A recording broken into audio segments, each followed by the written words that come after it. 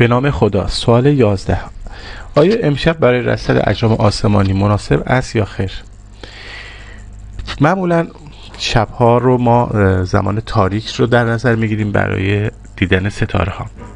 منتها اگر حتی خارج از محیط شهری باشید و آفتاب نور مهتاب باشه، معمولا ستاره ها به خوبی دیده نخواهد شد. بهتر اینطور بگم که اگر شما ماه در بدر کامل باشه، بدترین زمانی هستش برای رصد ستاره، چون ماه در بدر کامل هم از نظر نور بسیار بالاست، همین که در کل شب ماه وجود خواهد داشت. شاید در جریان نباشید که ماه وقتی که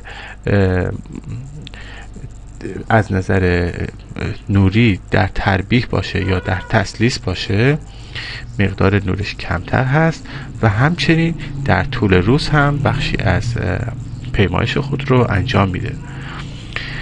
برای این کار نرم افزار استاری نایت امکاناتی رو داره که میبینیم.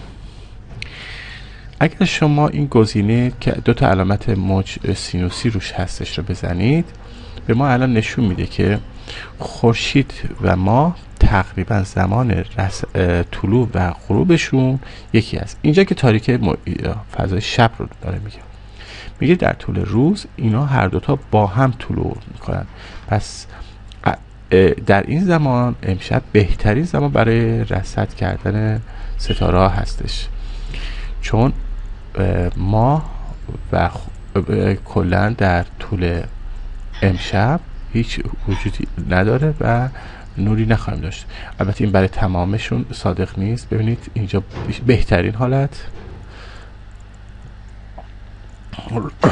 اگر روزهای دیگر رو ببینیم،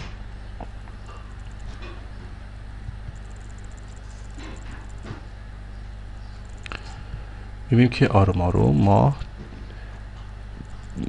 کلا میاد برای طول شب رو کاملا در بر میگیره.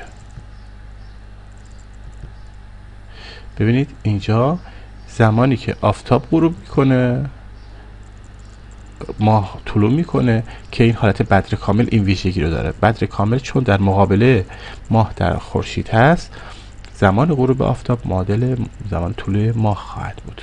این زمان بدترین زمان هستش، یعنی 8 آوریل در سال 2012 بدترین زمان برای رصد هستش، چون ماه اجازه دیدن خوب رو به شما نخواهد داد.